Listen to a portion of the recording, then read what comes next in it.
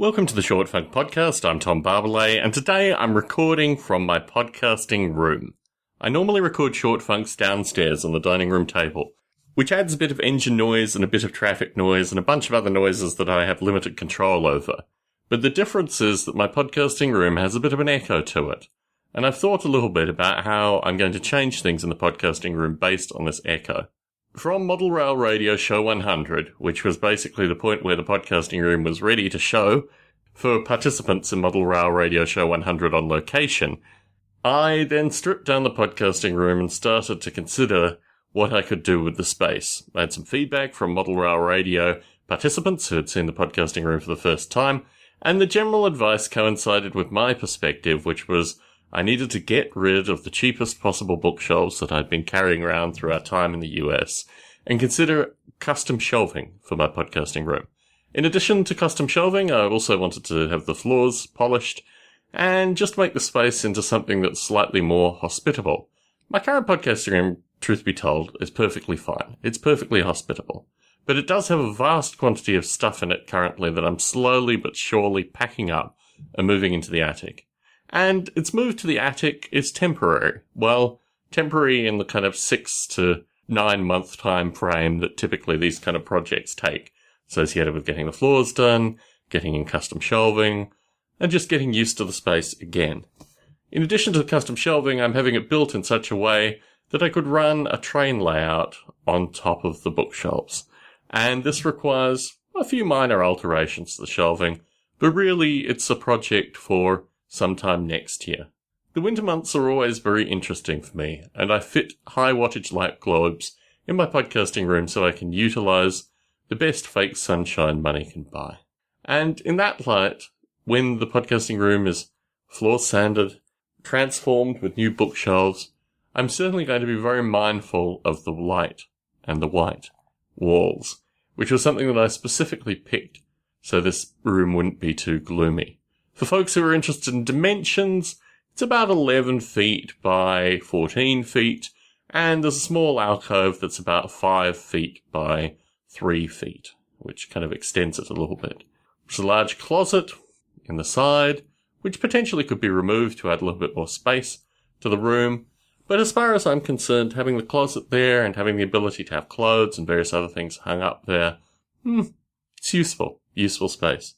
Historically, I've always had spaces, or I've always at least tried to make spaces available to me. Even when there hasn't been space available, I've created intricate boxes, sometimes from army surplus stores, in order to hold various critical documents and various critical bits of text.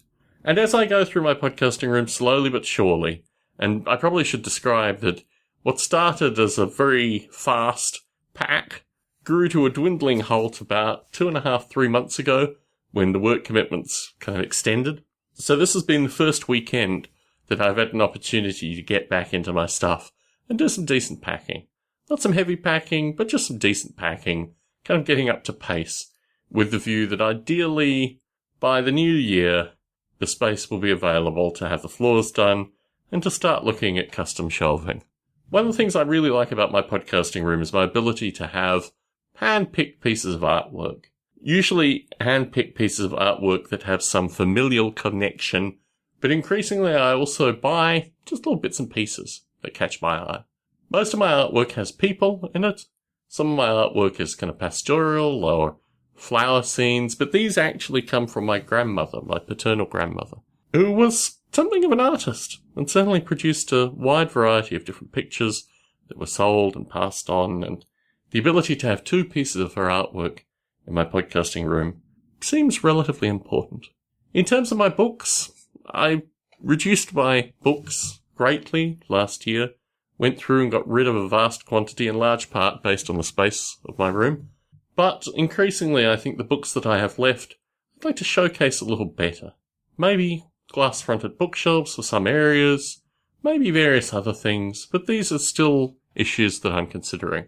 In the short term, a lot of it is about breaking stuff up. Sets of books, collections of things, stuff that had previously all been in one large box, has to be moved into a series of smaller boxes, so they're easier to stash up in the attic. And I've become quite an expert associated with how heavy something should be if it is to go in the attic. I'm not a fan of standing on wobbly stairs, trying to hold 3 things at the same time, so really the way that I've broken up stuff to go in the attic has been associated with the easiest possible transportation. But, given time, I will be able to take photographs of the space. I'm really looking forward to actually having the floors done, because the floors are kind of worn in various different patterns, and the ability to have some degree of uniformity would be really very nice. But for now, I sit in my podcasting room with curious echoes, recording another short funk. Tom Barbalet in San Jose, signing out.